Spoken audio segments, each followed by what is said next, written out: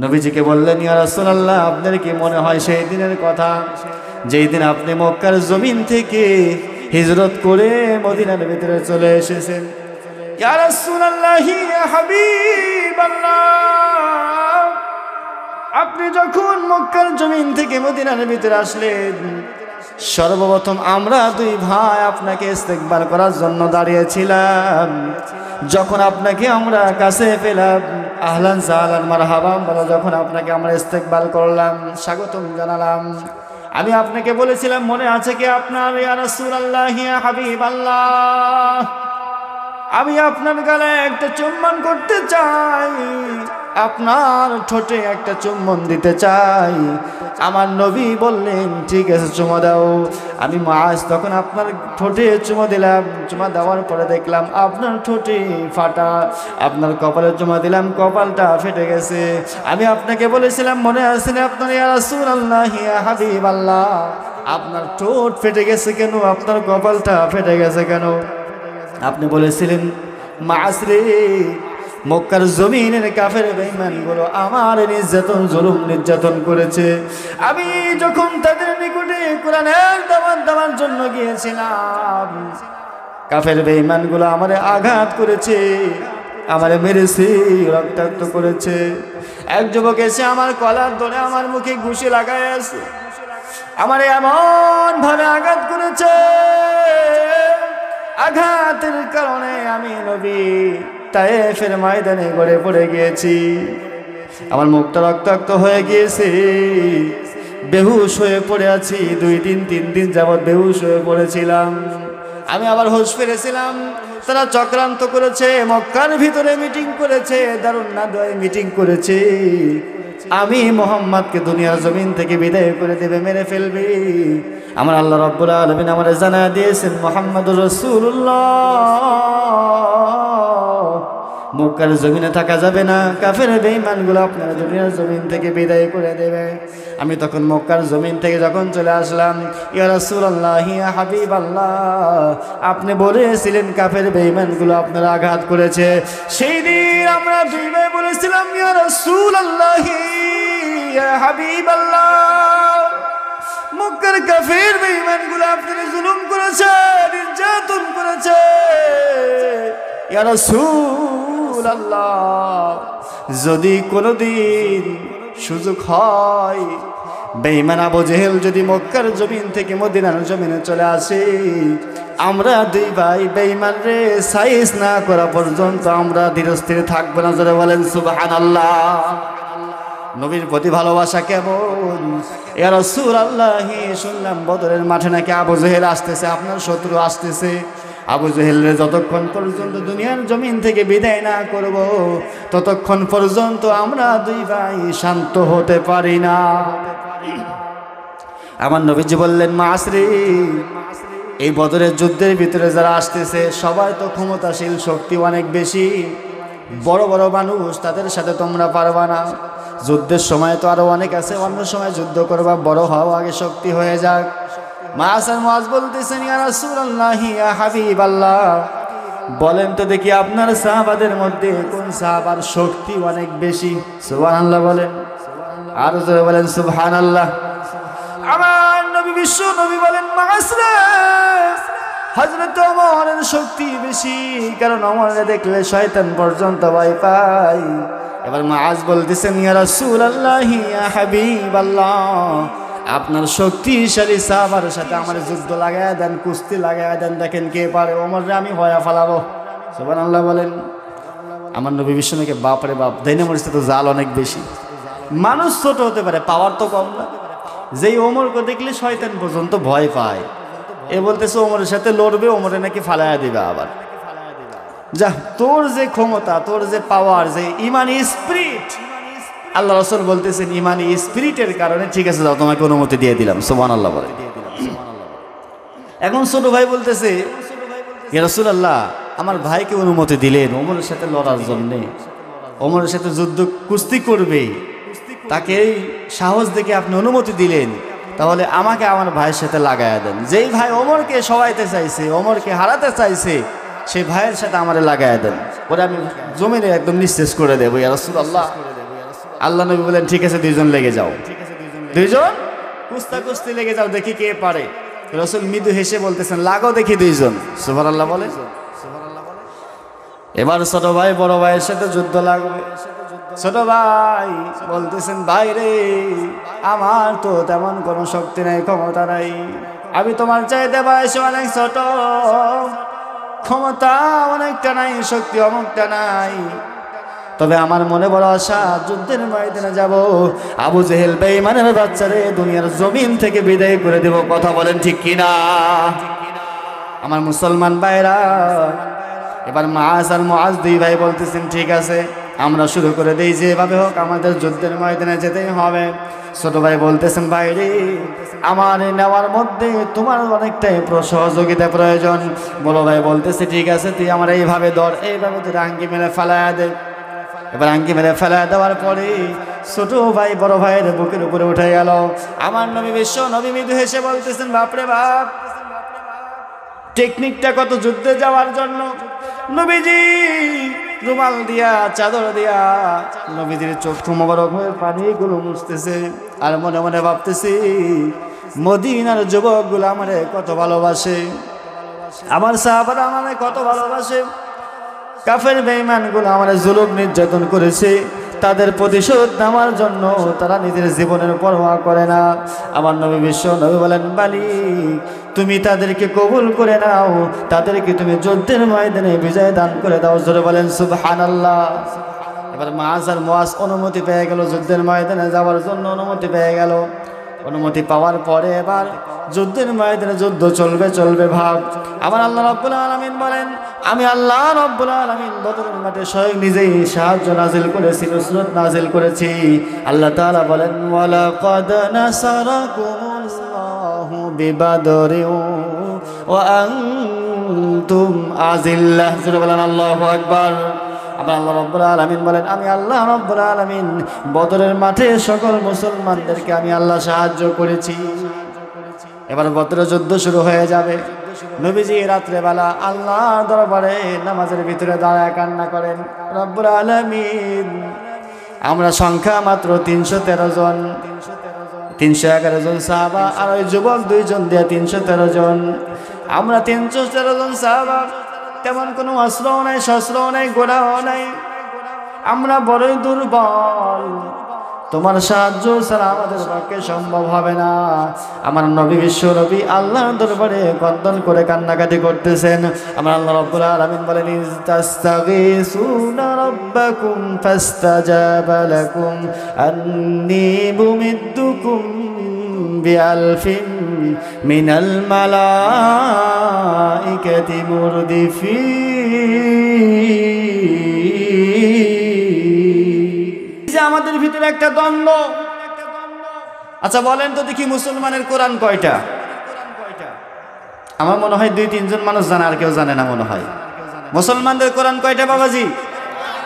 একটা। আল্লাহ কয়জন? ইসলাম কয়টা? একটা। তাহলে মুসলমানের কোরআন এক, আল্লাহ এক, ধর্ম এক, কিন্তু আমাদের মুসলমানের ভিতরে এত দল, দলের কোনো শেষ নেই। ভুল বললাম?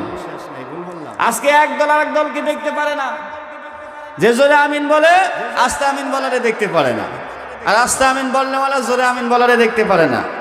যে দাঁড়িয়ে থেকে মিলাদ পড়লো তারা আমরা কেউ দেখতে পাই না, যে মিলাদ পড়লো না তারা আমরা কেউ দেখতে পারি না। এই হচ্ছে আমাদের মুসলমানের ভিতরে দ্বন্দ্ব। আচ্ছা বলেন তো দেখি, যদি কবরের ভিতরে আমি আপনি চলে যাই, যাওয়ার পরে ফেরেশতা কি জিজ্ঞাসা করবে এই তুমি কোন দল করছো? জিজ্ঞাসা করবে এই তুমি কিয়াম করছো কিনা, তুমি জোরে আমিন বলছো কিনা, তুমি আস্তে আমিন বলছো কিনা, তুমি লম্বা টুপি পরেছিলে কিনা, তুমি পাগড়ি পরেছিলে কিনা, এগুলো জিজ্ঞেস করে? ওগুলো জিজ্ঞেস করবে না। আল্লাহ তাআলা জিজ্ঞেস করবে তোমার দিনটা ছিল কি। যদি বলেন সুবহানাল্লাহ। আমার মুসলমান ভাইরা, আল্লাহর নবী বিশ্ব নবী জনাবে মুহাম্মদুর রাসূলুল্লাহ সাল্লাল্লাহু আলাইহি ওয়াসাল্লাম বলেছেন, ও আমার উম্মতের দল, তোমরা যদি গোটা পৃথিবীর জমিনে ঐক্যবদ্ধ থাকো, গোটা পৃথিবীর জমিনে যদি তোমরা ঐক্যবদ্ধ হয়ে যাও, আমি নবী বিশ্ব নবী কথা দিলাম গোটা পৃথিবীর বিজয়টা মুসলমানের জন্য চলে আসবে। জোরে বলেন সুবহানাল্লাহ। আল্লাহ রাব্বুল আলামিন বলেন হাযা বায়ানুল লিন-নাসি ওয়া হুদাও ওয়া মাউইযাতুল লিল মুত্তাকিন।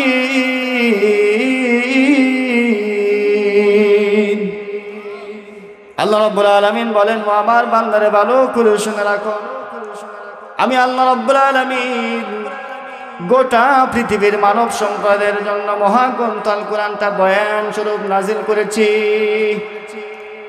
বান্দারা কোরআন পড়বে, কোরআন অনুযায়ী নিজের জীবন গঠন করবে। আমি আল্লাহ রাব্বুল আলামিন ওই বান্দাদেরকে আমি ইমানদার হিসেবে ঘোষণা করে দেব। আমার আল্লাহ রাব্বুল আলামিন বলেন ওয়ালা তাহিনু ওয়ালা তাহজানু ওয়া আনতুমুল আ'লাউনা ইন কুনতুম মুমিনিন। আমার আল্লাহ রাব্বুল আলামিন বলেন ও আমার বান্দারে ভালো করে শুনে রাখো, মুসলমান তোমরা যখন ঐক্যবদ্ধ হবে, এক প্ল্যাটফর্মে চলে আসবে, আমি আল্লাহ রাব্বুল আলামিন তখন তোমাদের জন্য বিজয়টা নিশ্চিত করে দেব। গোটা পৃথিবীর জমিনে মুসলমান তোমরা কালিমার পতাকা পথ করে উঠতে থাকবে। আমার নবী বিশ্ব নবী বলেন ও আমার উম্মতের দল ভালো করে শুনে রাখো, পাঁচ শ্রেণীর মানুষগুলো নেই আমার নবী বিশ্ব নবী বলেন তাদের জন্য কখনো জান্নাত হতে পারে না, তারা ইমানদার হতে পারে না, মুত্তাকিন হতে পারে না। আমার নবী বিশ্ব নবী বলেন ইমানদার হওয়ার জন্য প্রথম শর্ত হলো বান্দা তোমাকে কোরআনকে ধরতে হবে, কোরআন আঁকড়ে ধরতে হবে। আজকে আমরা মুসলমান কোরআনকে ফেলে দিয়েছি, কোরআনের বিধান তো আমরা মানতে পারি না, কথা বলেন ঠিক কিনা? কোরআনের বিধান আমরা মানতেই চাই না। আমার নবী বিশ্ব নবী বলেন ইযা তুখিযাল ফায়ুদ ওয়াল আমানাতু মাগনামান, বান্দারা যখন রাষ্ট্রীয় সম্পদ যখন নিজের মনে ব্যবহার করবে, নিজের মনে করে যখন রাষ্ট্রীয় সম্পদগুলো ব্যবহার করবে, আমার নবী বলেন তখন আমার আল্লাহ তাআলা ওই সমাজের ভিতরে আল্লাহর আযাব দিয়ে দেবে। যারা বলেন নাউযুবিল্লাহ। রাস্তার বাজেট যদি হয় 10 কোটি টাকা, আমাদের সমাজের ভিতরে নেতার তো অভাব নাই, রাস্তার বাজেট গুলো যদি হয় 10 কোটি টাকা, 9 কোটি টাকা পকেটে ঢুকাইয়া 1 কোটি টাকার কাজ করা হয়, আর বাকি 9 কোটি টাকার খবর নাই, এমন নেতা আছে না নাই?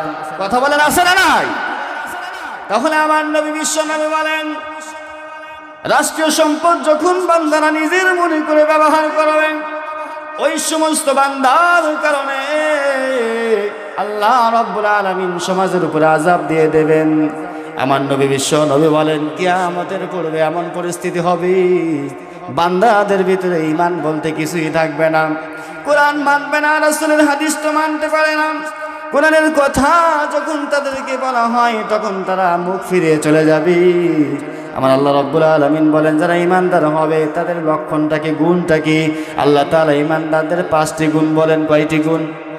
1 নাম্বার হলো বান্দাদের সামনে যখন আমি আল্লাহ তাআলার কালাম করা হবে, আল্লাহর জিকির করা হবে, বান্দার অন্তরটা কম্পন করবে। যারা বলেন সুবহানাল্লাহ।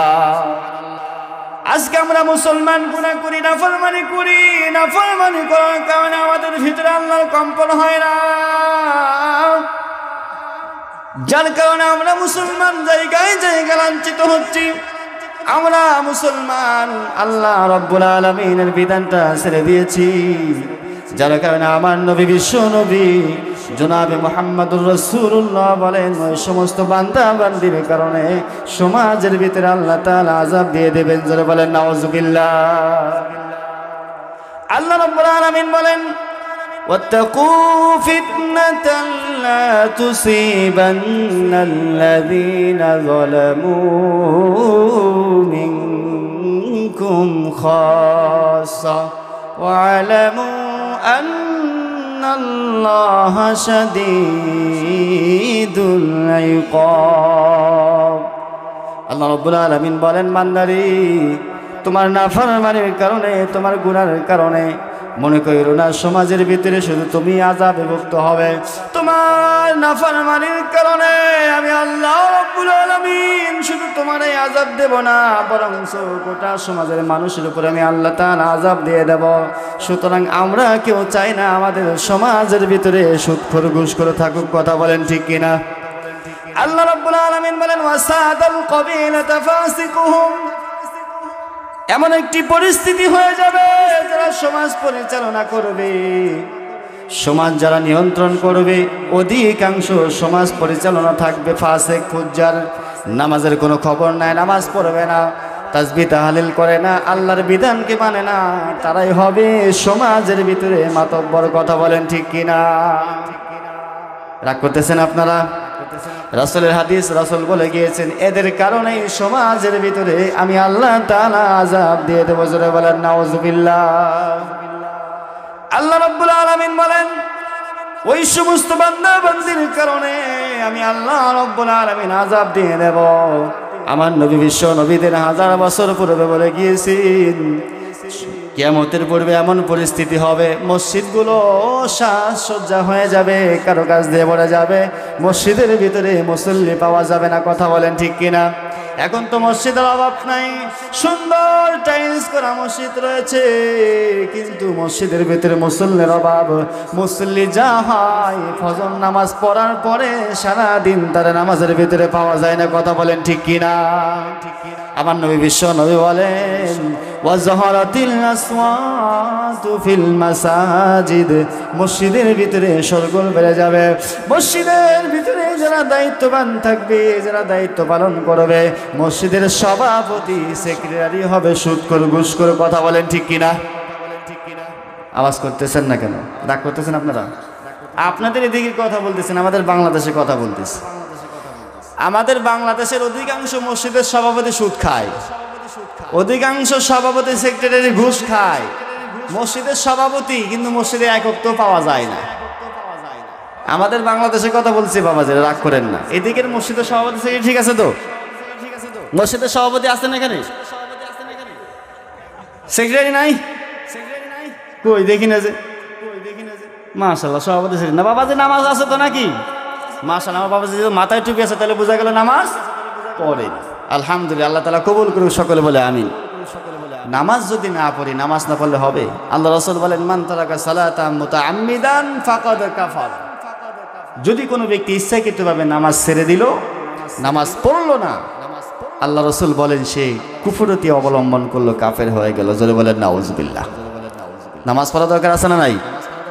হাসরের মাঠে জিজ্ঞাসা করা হবে তোমরা জাহান্নামে কেন? তারা বলবে ক্বালু লাম নাকু মিনাল মুসাল্লিন, আল্লাহ নামাজ পড়ি নাই, নামাজ দেখে আমরা গাফলতি করেছি, নামাজের ধারে আমরা যাই নাই। আল্লাহ বলবেন যা জাহান্নামে চলে যাও। এই জন্য বলবো আমরা নামাজ পড়বো, 5 ওয়াক্ত নামাজ যেন আমরা প্রতিনিয়ত করি। পারবো তো ইনশাআল্লাহ?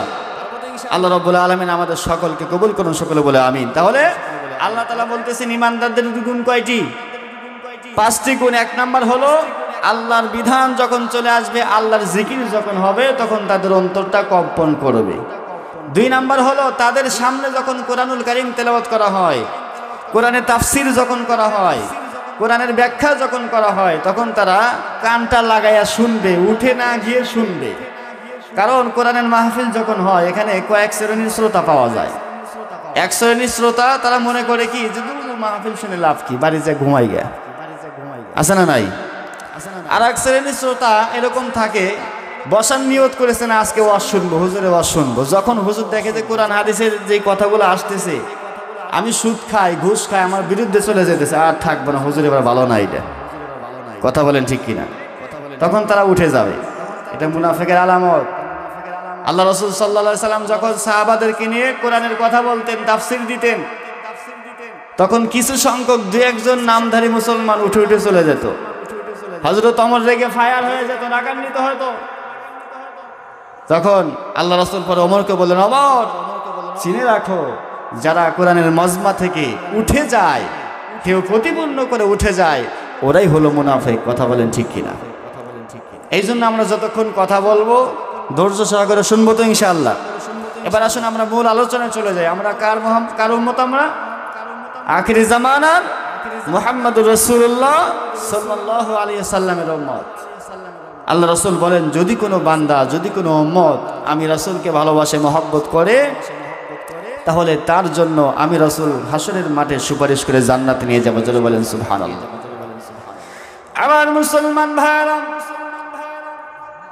আল্লাহর প্রতি ভালোবাসা কেমন হওয়া দরকার? আল্লাহর নবীর সাহাবা কেমন ভালোবেসেছেন নবীরে, গভীর মনোযোগ দিয়ে খেয়াল করে শুনবেন। আমার নবী, বিশ্ব নবী ঘোষণা করলেন, ও আমার সাহাবারা, যুদ্ধের ময়দানে যেতে হবে। তোমরা প্রস্তুত হয়ে নাও, রেডি হয়ে নাও, তোমাদেরকে যুদ্ধের ময়দানে যেতে হবে। আমার নবী, বিশ্ব নবী এবার আবু বকরকে বললেন, আবু বকর প্রস্তুত গ্রহণ করে নাও, রেডি করে নাও। আবু বকর দাঁড়া গেলেন, ইয়া রাসূলুল্লাহ, ইয়া হাবিবাল্লাহ, যুদ্ধের ময়দানের জন্য আমি প্রস্তুত হয়ে গেছি। ওমর দাঁড়া গিয়েছেন, আলী দাঁড়া গেছেন, ইয়া রাসূলুল্লাহ, ইয়া হাবিবাল্লাহ, যুদ্ধের ময়দানের জন্য আমরা প্রস্তুত হয়ে গেছি। আমার নবী, বিশ্ব নবী বললেন, আবু বকর দেখো তো কয়জন হয়েছে, প্রত্যেকের নাম কি, বাবার নাম কি, দাদার নাম কি, ঠিকানা কি, সন্তান কয়জন, ফ্যামিলি কয়জন আছে। আবু বকর আবার লিস্টি করলেন, একজন, দুইজন, তিনজন করতে করতে 311 জন হয়ে গেল। 311 জনকে নিয়ে আমার নবী, বিশ্ব নবী বলতেছেন, আবু বকর 311 জন নিয়ে আমরা বদরের প্রান্তে চলে যাব। আবু সুফিয়ান আমাদের মদিনার প্রান্তে দিয়ে ব্যবসা বাণিজ্য করবে।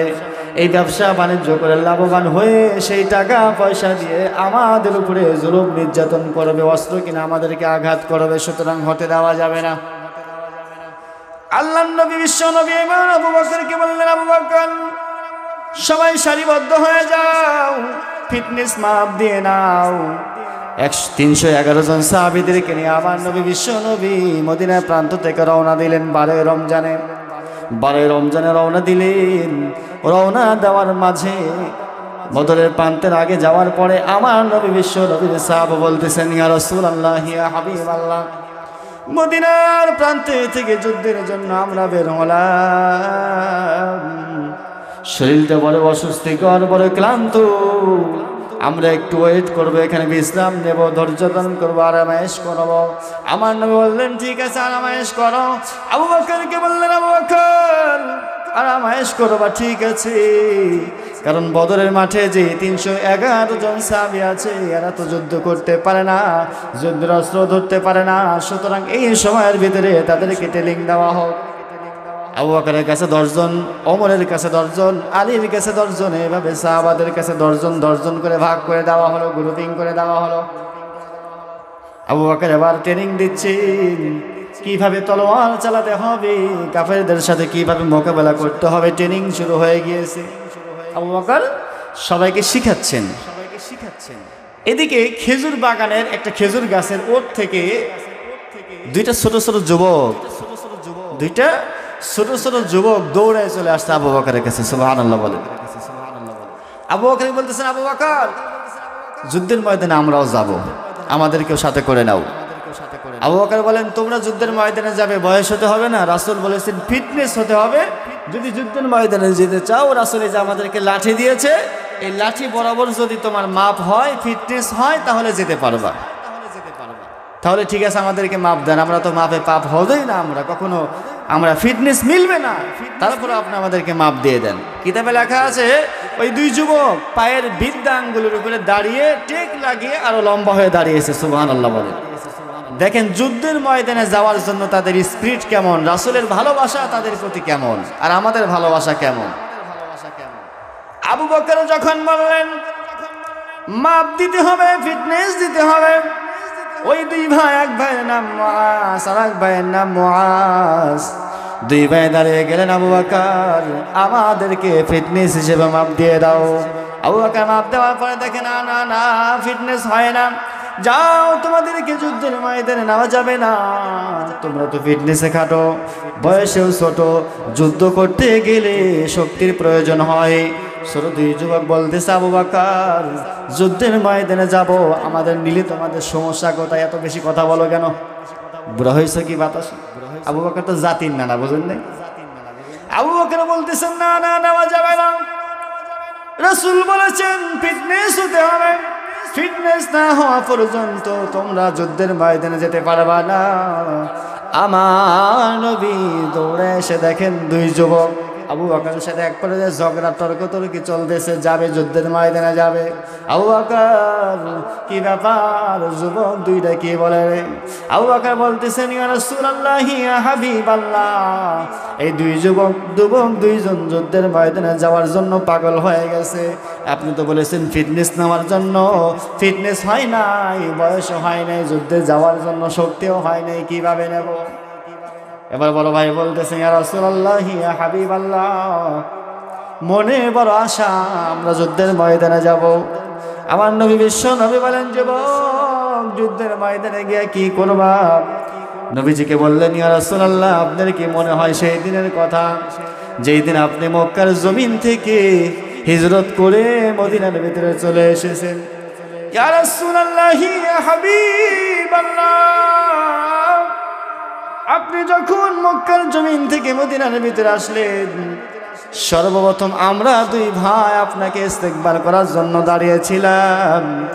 যখন আপনাকে আমরা কাছে পেলাম, আহলান সাহলান মারহাবা বলে যখন আপনাকে আমরা ইস্তেকবাল করলাম, স্বাগতম জানালাম, আমি আপনাকে বলেছিলাম মনে আছে কি আপনার ইয়া রাসূলুল্লাহ ইয়া হাবিবাল্লাহ, আমি আপনার গালে একটা চুম্বন করতে চাই, আপনার ঠোঁটে একটা চুম্বন দিতে চাই। আমার নবী বললেন ঠিক আছে চুমা দাও। আমি মুআজ তখন আপনার ঠোঁটে চুমা দিলাম, চুমা দেওয়ার পরে দেখলাম আপনার ঠোঁটে ফাটা, আপনার কপালে চুমা দিলাম, কপালটা ফেটে গেছে। আমি আপনাকে বলেছিলাম মনে আছে না আপনার ইয়া রাসূলুল্লাহ ইয়া হাবিবাল্লাহ, আপনার ঠোঁট ফেটে গেছে কেন, আপনার কপালটা ফেটে গেছে কেন?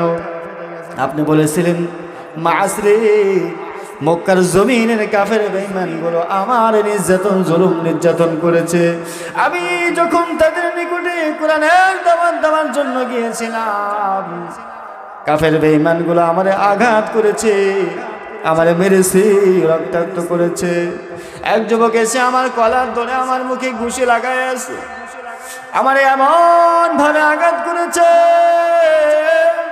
আঘাতের কারণে আমি নবী তায়েফের ময়দানে গড়ে পড়ে গিয়েছি, আমার মুখটা রক্তাক্ত হয়ে গিয়েছে, বেহুশ হয়ে পড়ে আছি। 2-3 দিন যাবৎ বেহুশ হয়ে পড়েছিলাম। আমি আবার হুঁশ ফিরেছিলাম। তারা চক্রান্ত করেছে, মক্কার ভিতরে মিটিং করেছে, দারুন নাদওয়ায় মিটিং করেছে, আমি মুহাম্মদকে দুনিয়ার জমিন থেকে বিদায় করে দেবে, মেরে ফেলবে।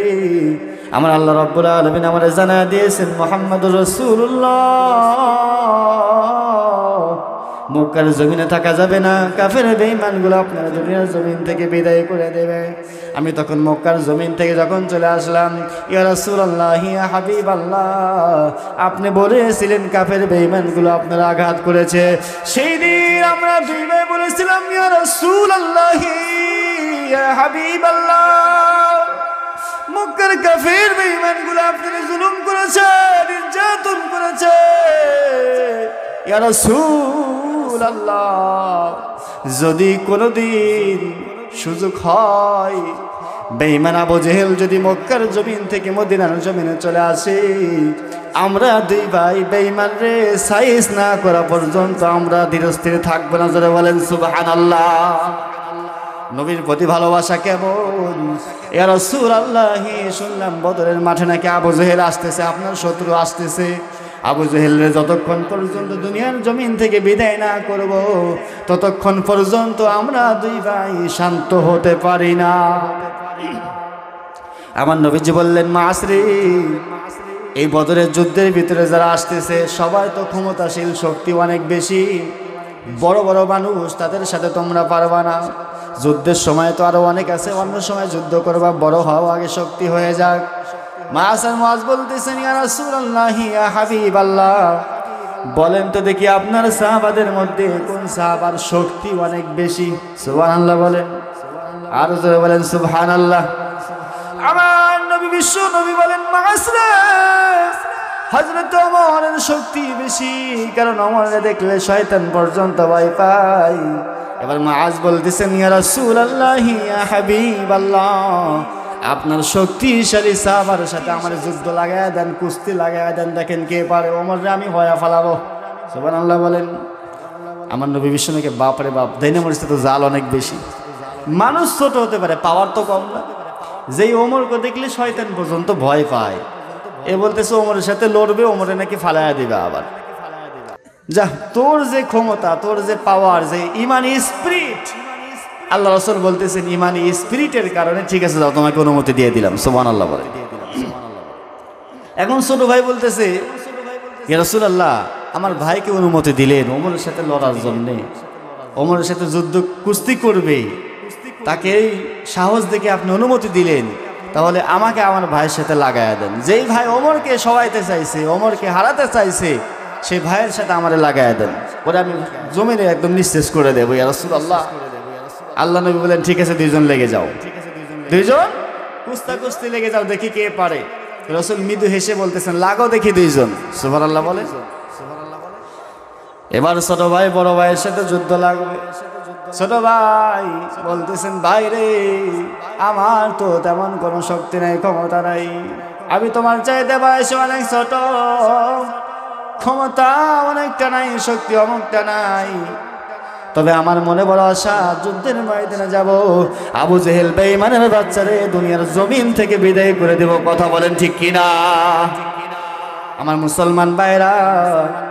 এবার মাআজ আর মুআজ দুই ভাই বলতেছেন ঠিক আছে, আমরা শুরু করে দেই, যেভাবে হোক আমাদের যুদ্ধের ময়দানে যেতেই হবে। ছোট ভাই বলতেছেন ভাই রে, আমার নেওয়ার মধ্যে তোমার অনেকটাই সহযোগিতা প্রয়োজন। বড় ভাই বলতেছে ঠিক আছে, তুই আমার এইভাবে ধর, এইভাবে তুই আঙ্গি মেরে ফেলাইয়া দে। এবার আঙ্গি মেরে ফেলা দেওয়ার পরে ছোট ভাই বড় ভাইয়ের বুকের উপরে উঠে গেল। আমার নবী বিশ্ব নবী মৃদু হেসে বলতেছেন বাপরে বাপ, টেকনিকটা কত যুদ্ধে যাওয়ার জন্য। নবীজি রুমাল দিয়া চাদর দিয়া নবীজির চক্ষু মোবারক হয়ে পানিগুলো মুছতেছে, আর মনে মনে ভাবতেছি মদিনার যুবকগুলো আমারে কত ভালোবাসে, আমার সাহাবারা আমারে কত ভালোবাসে। কাফের বেঈমানগুলো আমারে জুলুম নির্যাতন করেছে, তাদের প্রতিশোধ নেওয়ার জন্য তারা নিজের জীবনের পরোয়া করে না। আমার নবী বিশ্ব নবী বলেন মালিক, তুমি তাদেরকে কবুল করে নাও, তাদেরকে তুমি যুদ্ধের ময়দানে বিজয় দান করে দাও। জোরে বলেন সুবহানাল্লাহ। এবার মুআজ আর মুআজ অনুমতি পেয়ে গেল, যুদ্ধের ময়দানে যাওয়ার জন্য অনুমতি পেয়ে গেল। অনুমতি পাওয়ার পরে এবার যুদ্ধের ময়দানে যুদ্ধ চলবে ভাব। আমার আল্লাহ রাব্বুল আলামিন বলেন, আমি আল্লাহ রাব্বুল আলামিন বদরের মাঠে স্বয়ং নিজেই সাহায্য নাজিল করেছি, নুসরত নাজিল করেছি। আল্লাহ তাআলা বলেন ওয়ালাকাদ নাসারাকুমুল্লাহু বিবাদরিন ওয়া আনতুম আযিল্লাহ। জোরে বলেন আল্লাহু আকবার। আবার আল্লাহ রাব্বুল আলামিন বলেন, আমি আল্লাহ রাব্বুল আলামিন বদরের মাঠে সকল মুসলমানদেরকে আমি আল্লাহ সাহায্য করেছি। এবার বদরের যুদ্ধ শুরু হয়ে যাবে। নবীজি রাত্রেবেলা আল্লাহর দরবারে নামাজের ভিতরে দাঁড়ায় কান্না করেন, রব্বুল আলামিন আমরা সংখ্যা মাত্র 313 জন, 311 জন সাহাবা আর ওই যুবক দুইজন দিয়ে 313 জন। আমরা 313 জন সাহাবা, তেমন কোনো অস্ত্রও নাই, শস্ত্রও নাই, ঘোড়াও নাই, আমরা বড়ই দুর্বল, তোমার সাহায্য ছাড়া আমাদের পক্ষে সম্ভব হবে না। আমার নবী বিশ্ব নবী আল্লাহর দরবারে ক্রন্দন করে কান্নাকাটি করতেছেন। আমার আল্লাহ রাব্বুল আলামিন বলেন ইস্তাগীসুনা রাব্বাকুম ফাস্তাজাবা লাকুম আন্নী মুমিদ্দুকুম বিআলফিন মিনাল মালাইকাতি মুরদিফিন।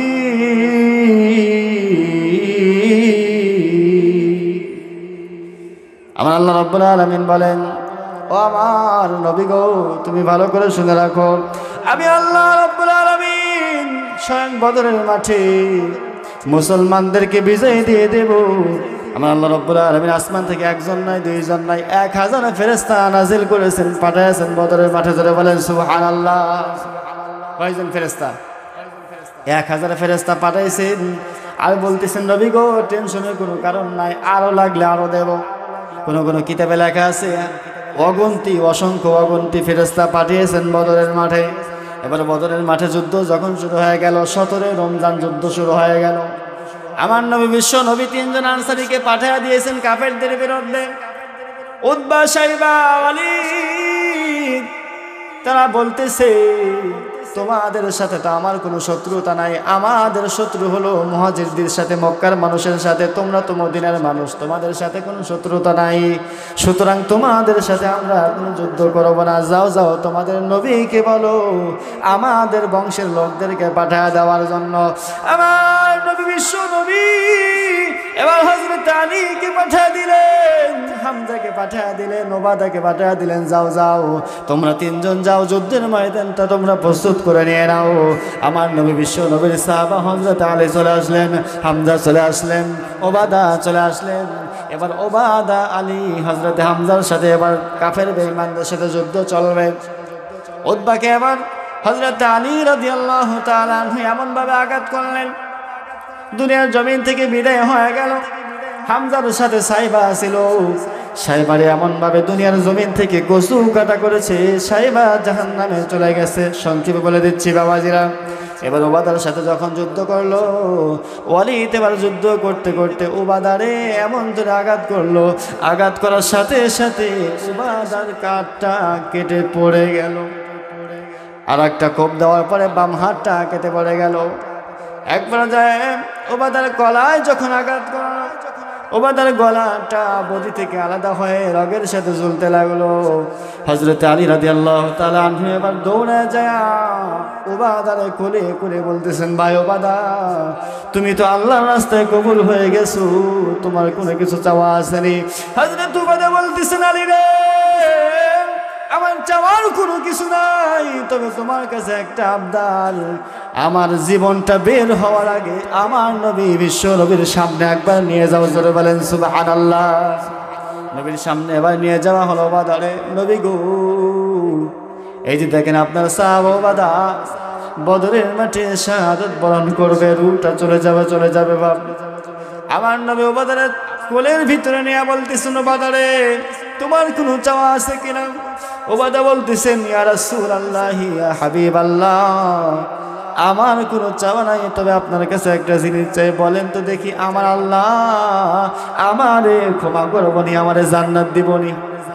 আল্লাহ নবী বিশ্ব নবী বলেন, ওবাদারি শুধু তোমারই নাই, বদরের মাঠে যতগুলো সাহাবা আছে এই 313 জনকে আমার আল্লাহ তাআলা জান্নাতি ঘোষণা করে দিয়েছেন। ধরে বলেন সুবহানাল্লাহ।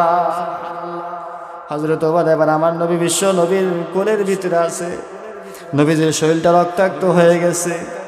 রক্তাক্ত হয়ে যাওয়ার পরে আমার নবীকে বলেন, ইয়া রাসূলুল্লাহ, ইয়া হাবিবাল্লাহ, আমার ঠোঁটে একটা চুম্বন করুন, আমার মনে বড় আশা আপনার ঠোঁটে একটা চুমা দেব। এবার ওবাদা তো ঘাট তো উঠাইতে পারে না। আমার নবী বিশ্ব নবী ওবাদার ঠোঁটে একটা চুম্বন দেওয়ার কারণে আমার নবী বিশ্ব নবীর ঠোঁটগুলো রক্তাক্ত হয়ে গেল। হযরত আলী বলতেছেন, ওবাদা রে, তোর কপালটা কত বড় ভালো, আমার নবী বিশ্ব নবী তুমি ওবাদার গলে, তুমি ওবাদার ঠোঁটে চুমা দিয়েছি। নবীর ঠোঁট যেই ঠোঁটে পড়েছে সেই ঠোঁট কখনো জাহান্নামে যেতে পারে না। সুবহানাল্লাহ বলেন। নবীজি হাত যেই মানুষের উপরে পড়েছে সেই মানুষটা কখনো জাহান্নামে যেতে পারে না। নবীজির ভালোবাসা যে মানুষের ভিতরে রয়েছে, নবীজির মহব্বত যার ভিতরে রয়েছে, আমার নবী বলেন সেই মানুষকে আমি নবী সুপারিশ করে জান্নাতে নিয়ে যাব। আমার নবী বিশ্ব নবী বলেন, হাসরের মাঠ যখন কায়েম হয়ে যাবে, বান্দাদেরকে যখন ঘোষণা করা হবে কে জান্নাতে যাবে কে জাহান্নামে যাবে, আমার নবী বিশ্ব নবী বলেন আমি সেই সময় মিজানের পাল্লায় দাঁড়ায় থাকবো, জাহান্নামের দরজায় দাঁড়ায় থাকবো। আমি নবী দেখবো আমার কোন বান্দা কোন বান্দি জাহান্নামে চলে যাবে। জাহান্নামে যাওয়া বান্দা বান্দিদেরকে বলবে, ও মালিক, মেহেরবানি করিয়া আমার বান্দা আমার উম্মতদেরকে তুমি জাহান্নামে দিও না। আমার আল্লাহ রাব্বুল আলামিন বলবেন, ইয়া রাসূলুল্লাহ, ইয়া হাবিবাল্লাহ, আজকে আপনার এই ক্ষমতা দেওয়া হলো, আপনারা যাকে খুশি তাকে আপনি সুপারিশ করে জান্নাতে নিয়ে যান। যারা বলেন সুবহানাল্লাহ। আমার নবীকে সুপারিশ করার অনুমতি দেওয়া হবে। আমার নবী দেখবে কোন বান্দা কোন বান্দি আমি নবীরে ভালোবেসেছে, আমি নবীর সুন্নত মেনেছি, আমি নবীর আদর্শে আদর্শবান হয়েছে, ওই সমস্ত বান্দা বান্দিরে আমার নবী বিশ্ব নবী সুপারিশ করে জান্নাতে নিয়ে যাবে। এবার আমার নবী বিশ্ব নবীর সাহাবা কোলের ভিতরে বাধা শহীদ হয়ে গেলেন, শাহাদাত বরণ করলেন। ওই যে ছোট্ট দুইজন যুবক মাআস আর মুআজ, আব্দুর রহমান ইবনে আওফ যুদ্ধের ময়দানে দাঁড়িয়ে আছেন। তাকে দেখেন ডানে কেউ নাই, বামে কেউ নাই, ছোট্ট দুইজন যুবক আবু উবাদা মাআস এবং মুআজ দুইজন দুই সাইডে দাঁড়িয়ে আছে। আব্দুর রহমান ইবনে আওফ মনে করেছে আমার সাথে বড় বড় সাহাবারা থাকবে, তাদের সাথে আমরা যুদ্ধ করব। বদরের মাঠে যুদ্ধ চলতেছে। মাআস বলতেছেন চাচা যান বলেন তো দেখি আবু জেহেল কোনটা, আমার একটু দেখা দেন। জোরে বলেন সুবহানাল্লাহ। আবু জেহেল কোনটা কাকা আপনি জানেননি? আব্দুর রহমান ইবনে আওফ বলতেছেন কি বাবার ভাতিজা আবু জেহেলকে দেয়া কি করবা? রাসূলুল্লাহ চাচা আপনি কি জানেন এই আবু জেহেল কে? এই আবু জেহেল আমার নবী বিশ্ব নবীরে এমনভাবে আঘাত করেছে, জুলুম নির্যাতন করেছে, আমার নবীরে গালি দিয়েছে, যতক্ষণ পর্যন্ত এই কুলাঙ্গারে বদরের মাঠে তার মাথা থেকে দেহ আলাদা না করব ততক্ষণ পর্যন্ত আমরা দুই ভাই করে ফিরব না। জোরে বলেন সুবহানাল্লাহ। ইমানি স্পিড কেমন, সাহস কেমন! এই কথা শুনে আব্দুর রহমান ইবনে আওফ আশ্চর্য হয়ে গেছে, বলে কি রে, এর বয়স কি, শক্তি কি, সে নাকি আবু জেহেলকে মারবে। ওইদিকে ছোট ভাই বাম সাইড থেকে তার হাতের আস্তিনি, জামার আস্তিনি টান দিয়ে বলতেছেন কাকা আপনি কি জানেন, চিনেন আবু জেহেল কোনটা? কেন? ওই বড় ভাই যেভাবে বলছে ছোট ভাই একই কথা, যে আমাকে চুপ করে দেখায় দেন, আমার ভাই যেন না জানে। কারণ ওদের মনের চিন্তা, তামান্না, আকাঙ্ক্ষা হলো আবু জেহেল নবীর শত্রু, রাসূলের শত্রু, আবু জেহেলকে একাই মেরে ফেলবে। সুবহানাল্লাহ বলে। এবার দুই ভাইয়ের কথা শুনে আব্দুর রহমান ইবনে আওফ হতভম্ব হয়ে গেলেন। কি ব্যাপার, বলে কি রে, যে আবু জেহেলের ক্ষমতাও তো কম না, শক্তিও তো কম না, আমরা তার সাথে লড়তে সাহস পাই না, আর এই দুই ভাই লড়বে, বাপরে বাপ। এই কথা বলার পরে আব্দুর রহমান ইবনে আওফ আঙ্গুল দিয়ে দেখা দিয়েছেন, ওই দেখো যুদ্ধের ময়দানে ঘোড়ার উপরে বসে টহল দিচ্ছে, ওটাই হচ্ছে আবু জেহেল। কিতাবে লেখা আছে বলতে দেরি দুই ভাই দুই পাকনা নিচ থেকে তলবারি নিয়ে দৌড় আবু জেহেলের ঘোড়ার কাছে। সুবহানাল্লাহ বলে। আবু জেহেলের ঘোড়ার কাছে যাওয়ার পরে ছোট ভাই মুআজ এইভাবে, মানুষ তো লম্বা না, ছোট খাটো মানুষ, অল্প বয়সের বাচ্চা যুবক, তলোয়ারি দিয়ে এইভাবে আঘাত করতেছে কিন্তু লাগ পাচ্ছে না। পরে বড় ভাই বলতেছে ভাই এইভাবে মারা যাবে না, ওকে ওর ঘোড়ার পায়ে আঘাত করো।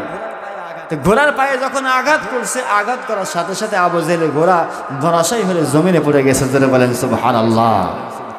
জমিনে যেই পড়েছে, বড় ভাই আবার তলোয়ারি দিয়ে আবু জেহেলের পুরা শরীরের উপরে উঠে, বুকের উপরে উঠে এবার আঘাতের উপর আঘাত। দুই ভাই যখন আঘাত শুরু করে দিয়েছে, ওই দিক থেকে আবু জেহেলের ছেলে ইকরামা দেখে যে কেরে, যে পরিস্থিতি আমার বাবার এত অবস্থা টাইট করে দিচ্ছে, বাবা তো আর দুনিয়ার জমিনে বেঁচে থাকবে না, যেভাবে দৌড়েছে বাবারে দুনিয়ার জমিন থেকে বিদায় করে দিবে। দৌড়ায় চলে এসে মাছের সাথে যুদ্ধ শুরু করে দিল। বাবাজিরা মাছকে এমনভাবে আঘাত করেছে, ছোট্ট যুবক আঘাতের পাল্টা আঘাত করতে না পারে তলোয়ারিটা ফসকে গিয়ে মুআজের কাঁধে লেগেছে। কাঁধে লাগার সাথে সাথে হাতটা তার সিনা থেকে আলাদা হয়ে চামড়ার সাথে ঝোলা শুরু করে দিয়েছে। একটু দিলটা নরম করে দেন। আল্লাহর নবীর সাহাবা হযরতে মুআজকে এবার এমন ভাবে আঘাত করেছে, আঘাত করার কারণে তার বডি থেকে তার হাতটা চামড়ার সাথে ঝুলতেছে, বাম হাতটা ঝুলতেছে, ডান হাত দিয়ে তলোয়ার দিয়ে যুদ্ধ করতেছে। যুদ্ধ করতে করতে দেখা যায় ওই হাতের জন্য সমস্যা হয়। মুআজ এবার ওই হাতটা পায়ের নিচে দিয়া যে টান মেরে ছিঁড়ে ফেলে ইকরামার বিরুদ্ধে আবার তলোয়ারে ধরা শুরু করলো। ইকরামা মনে মনে ভাবতেছে এদের সাথে তো পারা যাবে না। ইকরামা এবার পালিয়ে গেল। এবার দুই পায়ে ধরাশয় হয়ে আবু জেহেলকে দুনিয়ার জমিন থেকে বিদায় করে দিল। আবু জেহেলকে যখন জবাই করা হবে, আবু জেহেল বলে, ও মুসলমান, আমি আবু জেহেল, আমার এত বড় ক্ষমতা, মক্কার জমিনে আমার তো পাওয়ার কম নাই, আমার মতো নেতা তো কম নাই, এত বড় নেতা, আমার এত সম্মান, এত পাওয়ার। সুতরাং তোমরা আমার যখন মারবা, মারার একটা টেকনিক তোমাদেরকে বলি, আমাকে মেরে তোমরা ধন্য হয়ে গেছো। আমারে আঘাত করার পরে মুসলমানদের একটা সুনাম হয়ে গেছে। বাটপার বলে কি, যে আমারে যে মারছো, এই মারার কারণে তোমাদের একটা সুনাম, তোমরা এত বড় একজন নেতাকে মারতে পারছো। সুতরাং তোমাদেরকে বলি, আমার কল্লাটা একটু লম্বা করে কাটবে। কি করবে? লম্বা করে আমার কাল্লাটা একটু কাটবে, যাতে করে মানুষ দেখে চিনতে পারে যে এটা আবু জেহেলের কাল্লা। দেখেন, মরার সময়ও তার অহংকার কমতে নয়। আল্লাহ রাব্বুল আলামিন বলেন, যেই সমস্ত বান্দা বান্দির ভিতরে অহংকার থাকবে, আমার নবী বিশ্ব নবী বলেন, লা ইয়াদখুলুল জান্নাতা মান কানা ফি কলবিহি মিসকালু যাররাতিন মিন কিবর।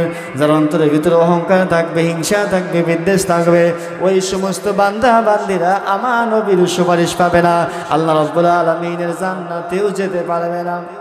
আমার নবী বিশ্ব নবী বলেন, হাসরের মাঠে আমি ওই সমস্ত বান্দা বান্দিদেরকে সমান কখনোই তাদেরকে সুপারিশ করব না, যাদের ভিতরে গীবত সমালোচনা রয়েছে, তাদেরকে আমি নবী কখনো সুপারিশ করব না। আজকে তো আমাদের সমাজে এমন পরিস্থিতি হয়, গীবত ছাড়া তো আমাদের পেটের ভাতটা হজমই হয় না। কথা বলেন ঠিক কিনা?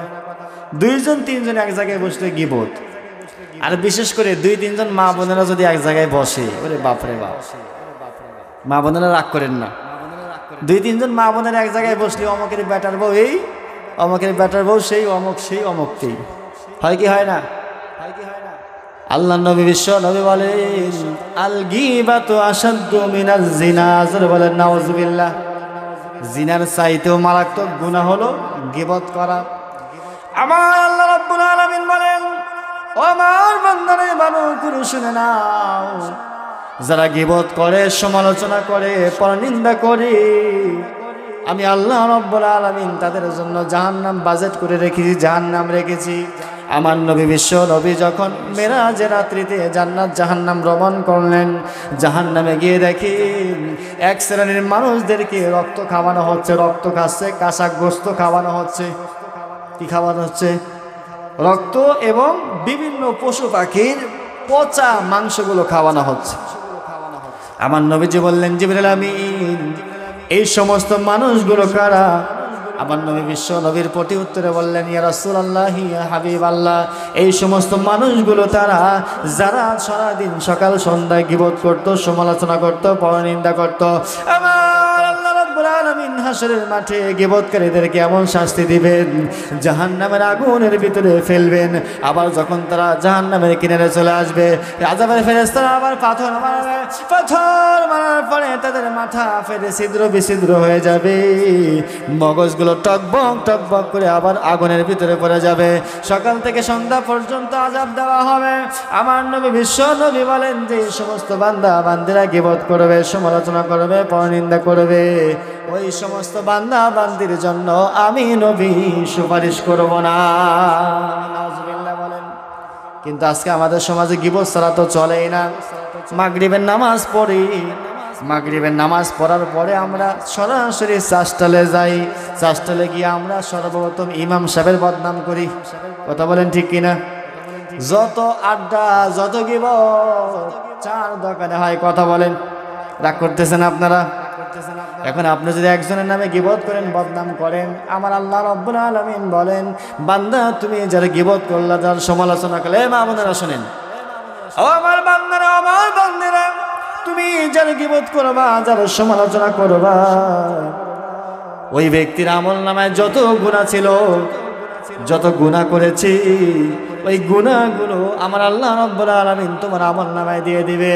আর তোমার আমল নামায় যত নেকি আছে, যত ভালো কাজ করেছো, আমার আল্লাহ রাব্বুল আলামিন তোমার ভালো কাজগুলো ওই ব্যক্তির আমল নামায় দিয়ে দেবে। তাহলে লস না লাভ? আপনি গীবত করবেন, আপনার সওয়াবগুলো ওই ব্যক্তির আমল নামায় দেওয়া হবে, আর তার আমল নামায় যে গুনাহগুলো ছিল, এই গুনাহগুলো আল্লাহ তাআলা আপনার আমল নামায় দেওয়া হবে। আবার আল্লাহ রাসূল বলেন, গীবতকারীদেরকে আমার নবী কখনো সুপারিশ করবে না। আমার নবী বিশ্ব নবী বলেন, আমি আরেক শ্রেণীর মানুষকে কখনোই ক্ষমা ঘোষণা করব না, সুপারিশ করব না। আমার আল্লাহ রাব্বুল আলামিন কোরআনুল কারীমের ভিতরে বলেছেন, ইয়া আইয়ুহাল্লাযীনা আমানুত্তাকুল্লাহ,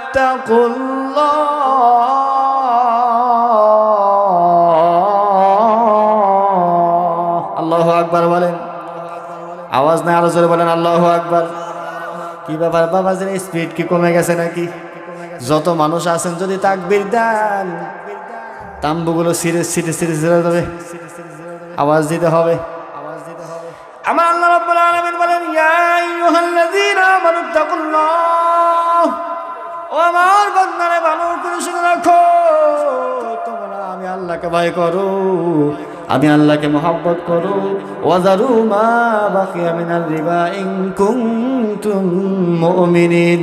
আমার আল্লাহ রাব্বুল আলামিন বলেন, যদি তোমরা ঈমানদার হতে চাও, যদি তোমরা ঈমানদার হিসেবে নিজেকে দাবি করো, তাহলে আমার আল্লাহ রাব্বুল আলামিন বলেন তোমরা সুদকে ছেড়ে দাও, কখনো সুদ খাবে না।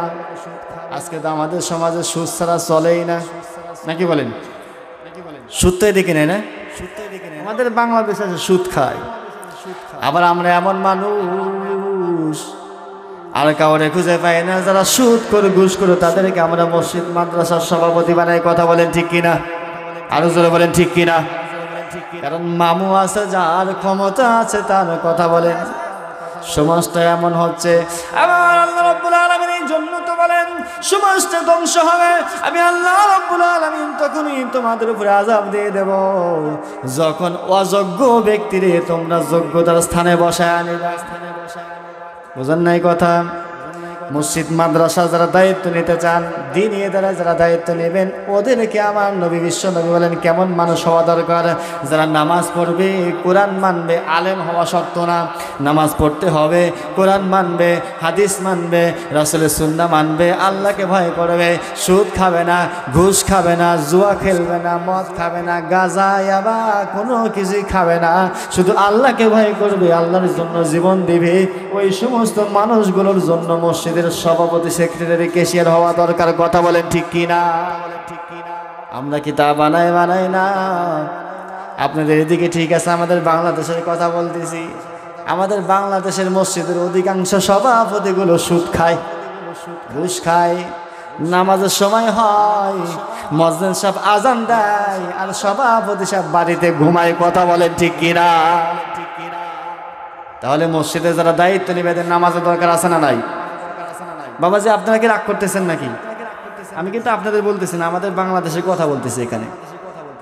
তাহলে 5 ওয়াক্ত নামাজ পড়বে যারা, তাদেরকেই দায়িত্ব দিতে হবে, নাকি বলেন? এবার আসুন, আমার আল্লাহ রাব্বুল আলামিন বলেন,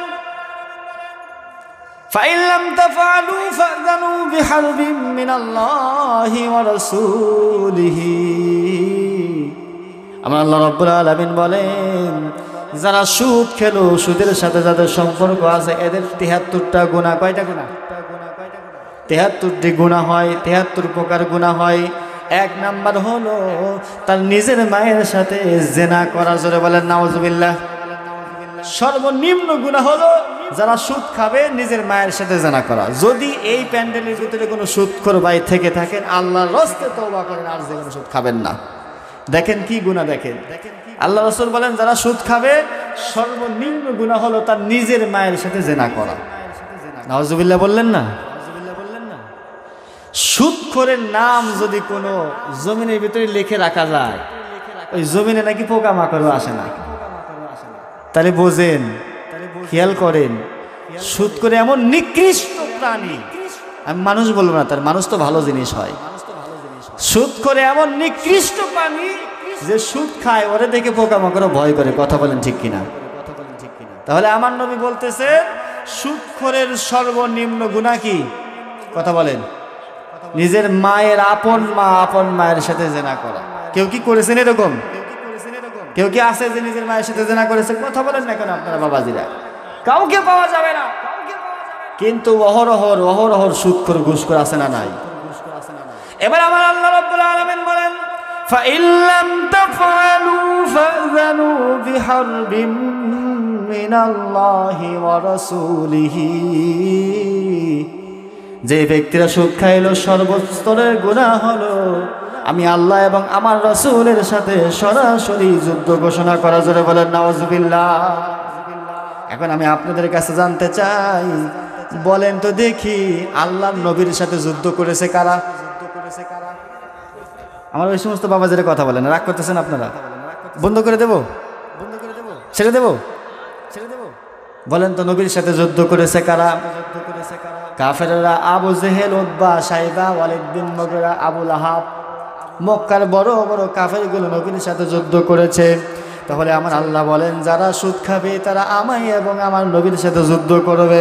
তাহলে যদি আপনি মুসলমান হয়ে যদি সুদ খান, সুদ যদি না ছাড়েন, আমার আল্লাহ তাআলার ভাষায় আপনি আল্লাহ এবং আল্লাহর সাথে যুদ্ধ ঘোষণা করলেন। কথা বলেন ঠিক কিনা? তাহলে যদি কোনো মুসলমান নিজেকে ইমানদার দাবি করে, মুসলমান দাবি করে, আবার আল্লাহর সাথে এবং রাসূলের সাথে যুদ্ধ ঘোষণা করে, ও কি ইমানদার থাকবে? আল্লাহর সাথে যদি কোনো ব্যক্তি যুদ্ধ ঘোষণা করে, রাসূলের সাথে যদি কেউ যুদ্ধ ঘোষণা করে, আমার আল্লাহ তাআলার ভাষায় তার কোনোদিন ঈমান থাকবে? তাহলে স্পষ্ট ভাষা আল্লাহর নবী বিশ্বনবী বলেন লাআনা রাসূলুল্লাহি সাল্লাল্লাহু আলাইহি ওয়াসাল্লাম আকিলার রিবা ওয়া মুকিলাহু ওয়া কাতিবাহু ওয়া শাহিদাই ওয়া ক্বালাহুম সাওয়া। নাউযুবিল্লাহ বলেন। আমি আমার নবী বিশ্বনবী জনাব মুহাম্মদুর রাসূলুল্লাহ বলেন, আমার উম্মতের দল, তোমরা কি জানো সুদের কত বড় ভয়াবহ গুনাহ? আমি আল্লাহ রাব্বুল আলামিন আমার নবী বিশ্বনবীরে জানায় দিয়েছি, সুদ করলে আমি কখনো মাফ করব না। নবীজি বলেন আমি নবী বিশ্বনবীর অভিশাপ, বিশ্বনবীর লানত তাদের উপরে যারা সুদ খাবে, যারা সুদ দিবে, সুদ খাবে এবং সুদ দিবে। বুঝতে পারছি কথা? অমুকিলাহু, এবং সুদের ব্যাপারে যারা সাক্ষ্য প্রদান করে, ওয়া শাহিদাহু, যারা সুদের ব্যাপারে সাক্ষ্য প্রদান করে, ওয়া কাতিবাহু, যারা লেখালেখি করে। এখন ব্যাংকে থেকে আপনি লোন নেবেন 1 লক্ষ টাকা, আপনার জমি জমা নাই, বাড়ি নাই, লোন আপনাকে দিচ্ছে না। আপনার চাচাতো ভাই বলল আমার তো বাড়ি আছে, আমার জায়গায় জমি আছে, আমার জায়গায় জমিগুলো বন্ধক করে আমার ভাইয়ের লোন দিয়ে দেন। সহযোগিতা আপনি করলেন কি করলেন না? বুঝেন না কথা? মানে আপনার ভাই টাকা নেবে, লোন নেবে ব্যাংকে থেকে, এখন তাকে তো দিবে না, তার তো কোনো কিছু নাই, ডকুমেন্টস নাই।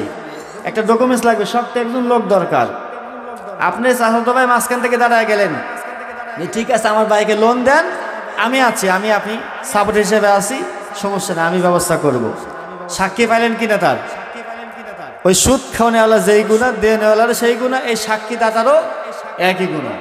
এবং আমার নবী বলেন ওয়া কাতিবাহু, যারা সুদের ব্যাপারে লেখে, যারা ওই যে সুদ খেলো, আপনি কত টাকা সুদ নিলেন, লোন নিলেন, যারা লেখে যে এত টাকা লোন হলো, আল্লাহ রাসূল বলেন ওরাও একই গুনাহগার। নাউযুবিল্লাহ বলেন। এই 4 ব্যক্তিদেরকে আল্লাহ রাসূল বলেন এরা সব গুনাহগার, এদেরকে আল্লাহ রাব্বুল আলামিন হাসরের মাঠে সরাসরি বিনা হিসেবে জাহান্নামে দিয়ে দেবে। বলেন নাউযুবিল্লাহ। তাহলে সুদ কি আমরা ছাড়তে পারবো?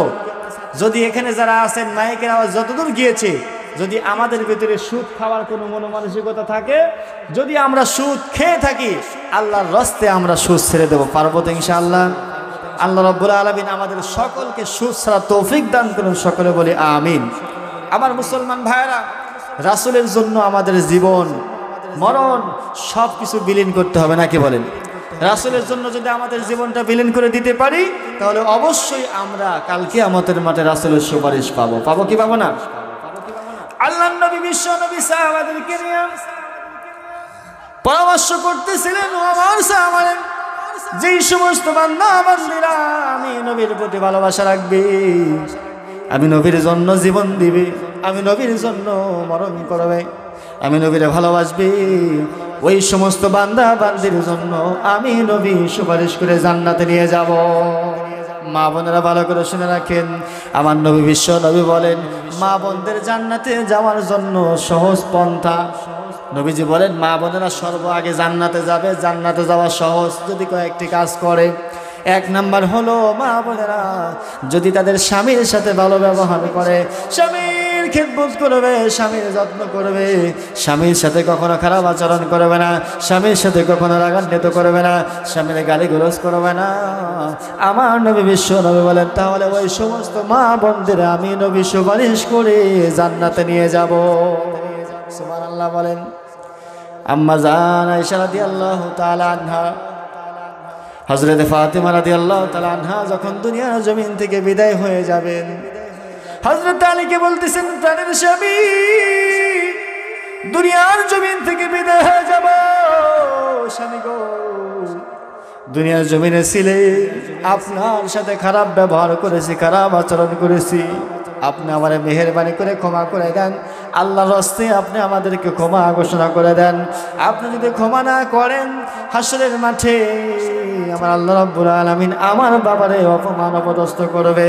আমার নবী বিশ্ব নবী বলেন, যদি কোনো মা, যদি কোনো বোন, যদি কোনো স্ত্রী তার স্বামীর মনে আঘাত দেয়, স্বামী যদি দুনিয়ার জমিনে বেঁচে থাকে, স্ত্রী যদি দুনিয়ার জমিন থেকে বিদায় হয়ে যায়, স্বামী যদি বলে আহারে আমার স্ত্রী অনেক ভালো ছিল, অনেক ভালো একজন স্ত্রী ছিল, তাহলে আমার নবী বিশ্ব নবী বলেন ওই স্ত্রী বিনা হিসেবে জান্নাতে চলে যাবে।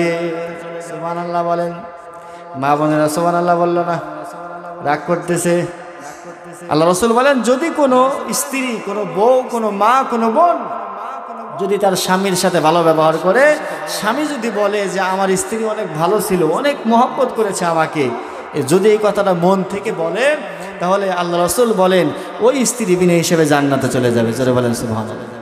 তাহলে স্বামীর খেদমতের দরকার আছে না নাই? আজকে আমরা স্বামীর খেদমত করা বাদ দিয়া পীর বাবার খেদমত করি। কথা বলেন ঠিক কিনা? এদিকে কি আছে? পীর আছে এদিকে? আরে বাপরে বাপ, নাই না?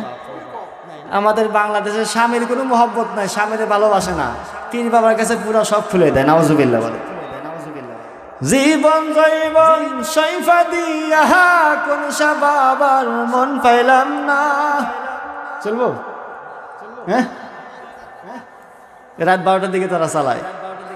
জীবন জৈবন সৈফা দিয়া কোন বাবার মন পাইলাম না, কনিশায় আমার পাগল দিওয়ানা। ওদিকে টান মারে আর ওদিকে আল্লাহ জিকির চলতেছে, নারী পুরুষ একসাথে।